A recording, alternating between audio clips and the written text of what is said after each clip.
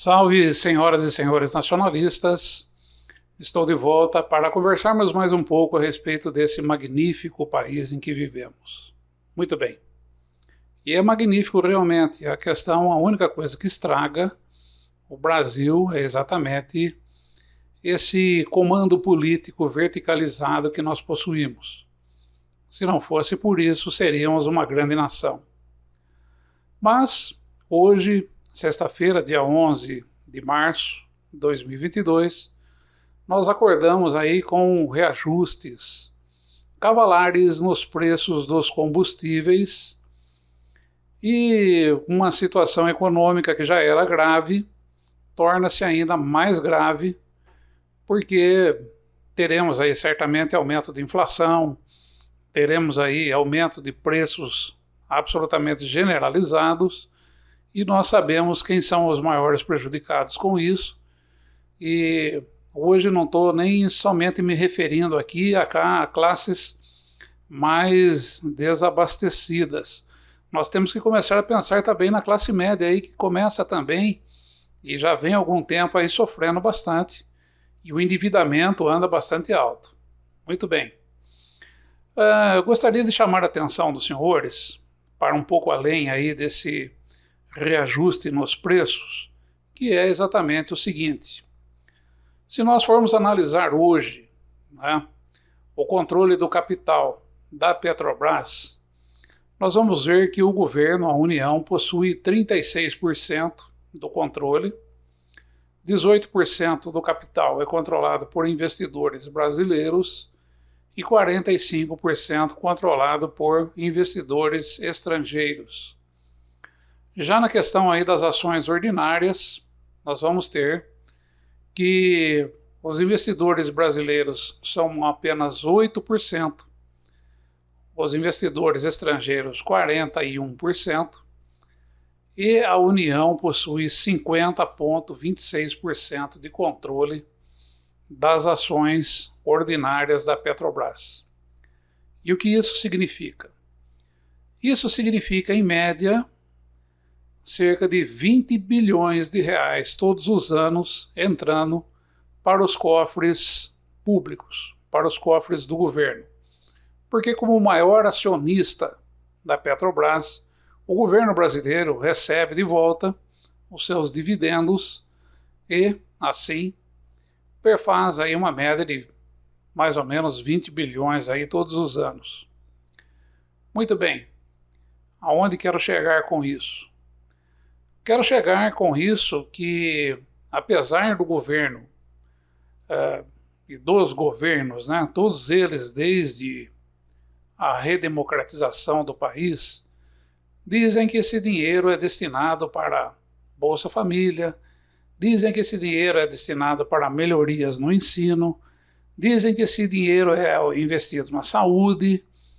Entretanto, o governo recebe com uma mão esse dinheiro, mas com outra mão ele regala aí uma série de empresas privadas, como por exemplo, companhias de mineração, montadoras de automóveis, isso sem falarmos aqui do agronegócio, que através da Lei Candir, aprovada pelo presidente Lula, não recolhe um centavo sequer com relação às exportações brasileiras de tudo aquilo que é produzido em termos agrícolas e minerais, eles são aí cobertos pela Lei Candir. Então, significa que o governo recebe com uma mão e entrega com outra mão para empresas aí de capital privado. E, no momento como hoje, o povo brasileiro é obrigado a sofrer com o reajuste cavalar no preço dos combustíveis. Qual seria a solução? Se os nossos queridos parlamentares, se o Congresso Nacional abrisse, porque existe uma lei de responsabilidade nesse país que diz o seguinte: os governos não podem abrir mão de lucros, certo? Isso seria considerado recusa fiscal. Ou seja, dinheiro que está entrando para o cofre público tem que ser aceito obrigatoriamente pelo governo.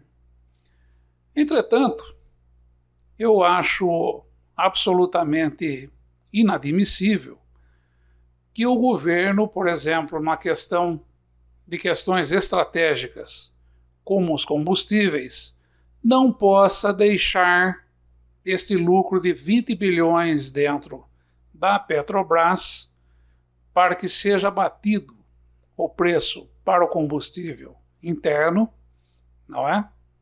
E, numa outra mão, pare de regalar 20 bilhões de reais em incentivos, sei lá para quê, para empresas privadas.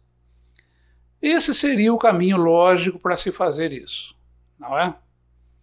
Daí, por outro lado, inclusive aí eu gostaria de saber desses senhores candidatos a presidentes da República, o que é que eles vão fazer com relação a essa situação? Que vejam bem, ela não vai ser pontual, somente agora, nesse momento, a questão aí do preço dos combustíveis. Isso vai se prolongar ainda por mais algum tempo. Eu não conto com a possibilidade da Rússia abandonar a Ucrânia num curto espaço de tempo. Eu, sinceramente, não acredito num cessar-fogo assim tão rápido. E mesmo que ele aconteça, qual é a garantia que nós temos para questões futuras ou com relação a esse tipo de problema? Ou seja, alguém expira lá fora e nós morremos de gripe aqui dentro do Brasil. Isso se arrasta já há muito tempo, né? Desde a crise do petróleo, que acabou derrubando o governo militar, né? Em 85 a 88, e agora novamente nesse momento. E nós não teremos o fim dessa cantilena agora. Portanto, é necessário que se dê uma solução para essa questão. E eu, o nacionalista, já coloco aqui: renúncia fiscal com relação a pontos estratégicos, como, por exemplo, combustíveis, onde o governo é o maior acionista, e corte imediato de incentivos para indústrias privadas que nada tem a ver com o governo. Simples assim, objetivamente falando, eu já vou dizendo para vocês: nacionalismo já, e estarei de volta oportunamente. Pensem nisso.